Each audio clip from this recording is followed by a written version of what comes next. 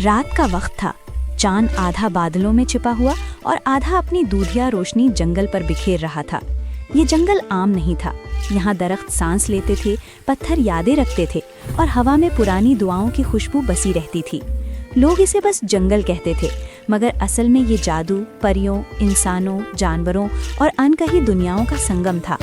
जंगल के किनारे एक छोटा सा गांव था जहाँ इंसान रहते थे। उसी गांव में एक लड़का रहता था, नाम था आरिफ। आरिफ आम सा लड़का था, मगर उसकी आंखों में सवाल बहुत थे। वो अक्सर अपनी दादी अम्मा से कहानियां सुनता, परियों की, जादूगरों की और उस जंगल की जिसमें जाना मना था। दादी अम्मा कहती थीं, बेटा जंगल सुनता है, देखता है और सिर्फ उसी को बुलाता है जिसका दिल सच्चा हो। इसी जंगल के अंदर एक और दुनिया थी, वहाँ परियां रहती थीं। उनकी मलिका का नाम महानूर था। महानूर की आंखें गहरी सब्ज थीं और बाल चांदी जैसे चमकते थे। वो जादू की मुहाफिज थी। उसके साथ उसकी बहनें थीं, जरीन, नीलिमा और सदफ। हर परी का अपना हुनर था।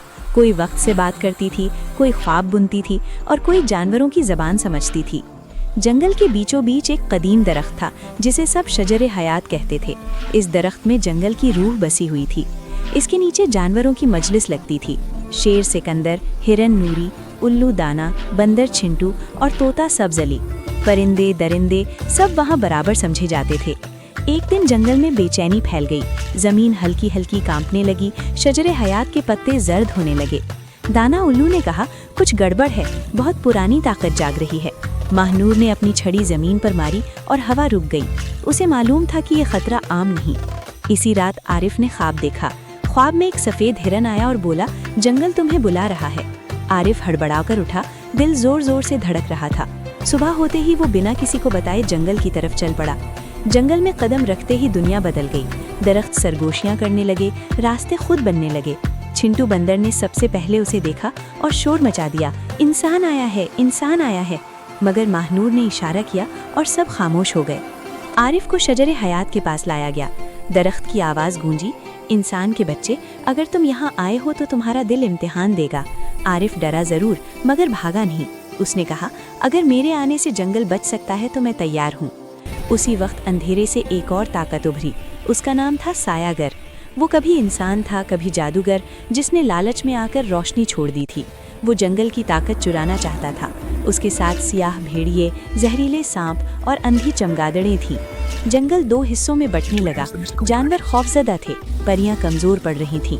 महानूर ने कहा, हमें इंसान और जंगल को एक साथ लड़ना होगा। शेर सिकंदर ने धाड़ मारी, परिंदों ने आसमान भर दिया और आरिफ को एक छोटा सा तावीज़ दिया गया जो उसकी दादी अम्मा की दुआओं से जुड़ा था। लड़ाई आसान नहीं थी।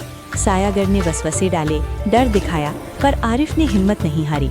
उसने शजरे हयात को छुआ और अपने दिल की सच्चाई मांगी। दरख्त चमका, जंगल जाग उठा। आखिरकार सायागर कमज़ोर पड़ गया। रोशनी ने अंधेरे को घेर लिया। महानूर ने आखिरी जादू किया और सायागर मिट्टी में बदल गया। जंगल बच गया। शजरे हयात फिर से हरा हो गया।